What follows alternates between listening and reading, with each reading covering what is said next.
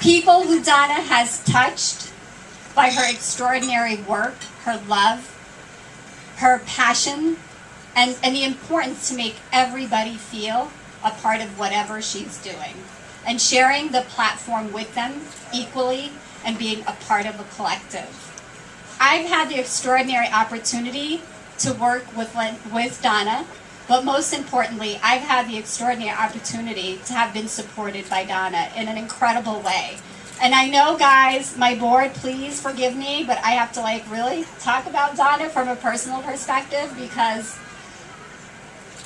during the year of 2007, when you all know about the Khalil Gibran International Academy and the whole debacle, there were two people who played a very important role in my life, and that was Donna and her extraordinary, wonderful husband, Alan.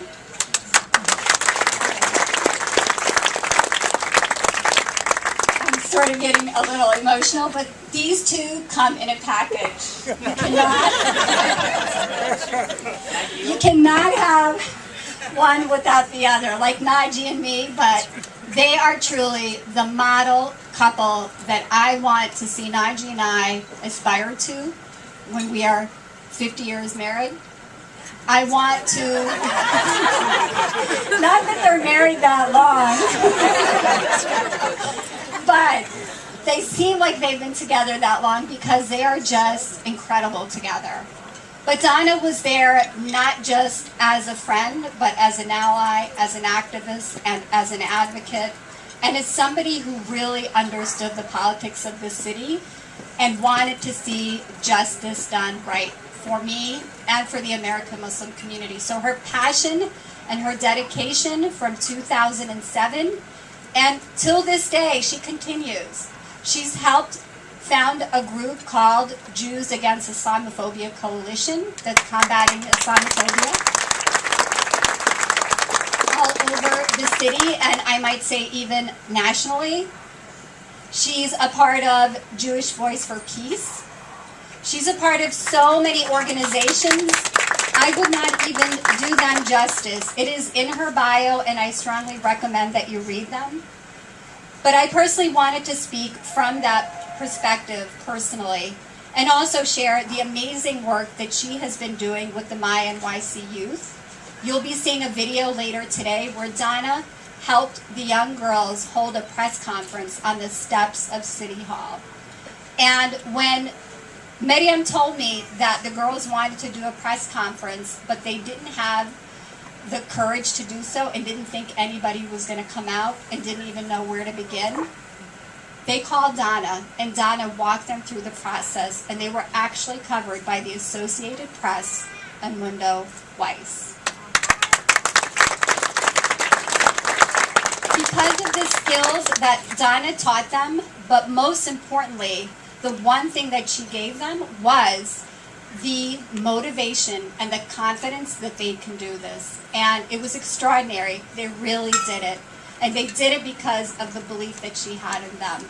And this belief is not just within the youth, but Donna believes in everybody's potential. So we at MCN are so honored and humbled to honor her this evening for her extraordinary social justice work and for being this person who is so caring and so nurturing and wanting to see the best for all. So Donna, please come on up and accept your award.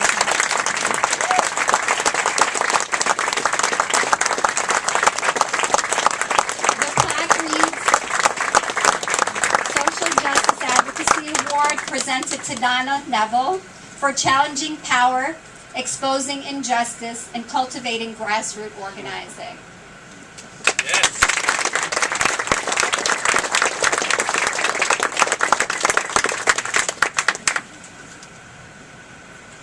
Thank you so much, Debbie, for your beautiful, beautiful words.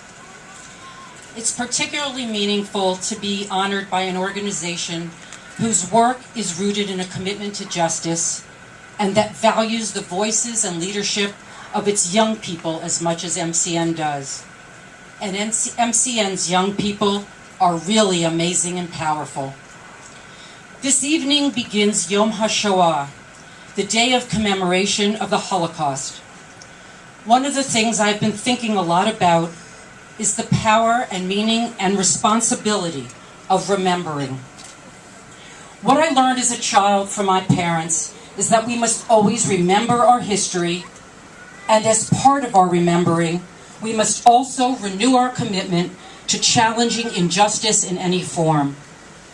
I can think of no better way to memorialize Yom HaShoah than to participate in this evening's reaffirmation of the commitment to taking action. MCM, together with other groups in the Muslim community and with its allies, are actively challenging anti-Muslim bigotry and the surveillance of the Muslim community, and are standing up for justice and dignity for all communities. One of the things I have been also thinking about as Yom HaShoah approaches is how important it is to make sure that truth tellers and seekers of justice are not silenced. These attempts at silencing are made in so many different ways. In the work against Islamophobia and in the struggle for justice in Palestine and Israel, we have seen an attempt to silence those speaking out for justice by accusing them of being anti-Semitic. As we know, anti-Semitism is about hatred of and discrimination toward a people, not about criticizing the policies of a nation state. Conflating these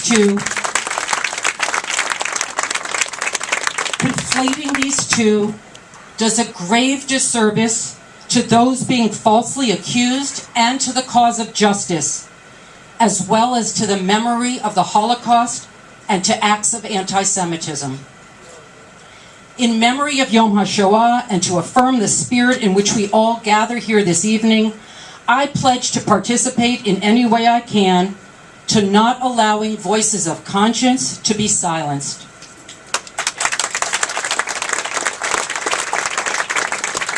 We all know that the work we do is sustained and nurtured by those we do it with. So in my final moment, I'd like to recognize some of those groups in my life, not just because I love them, which I do, but because I think in the work they do, they exemplify and embodies tonight's call to action toward justice.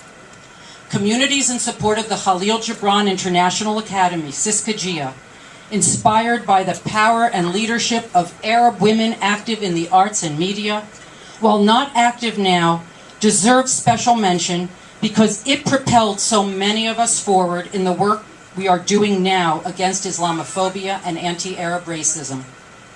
The Bloomingdale Family Head Start program, 10 blocks north of here. Go visit and you'll see the magic the moment you enter. The most beautiful example of building an inclusive, embracing community in which all children and their families, histories, and cultures are deeply valued.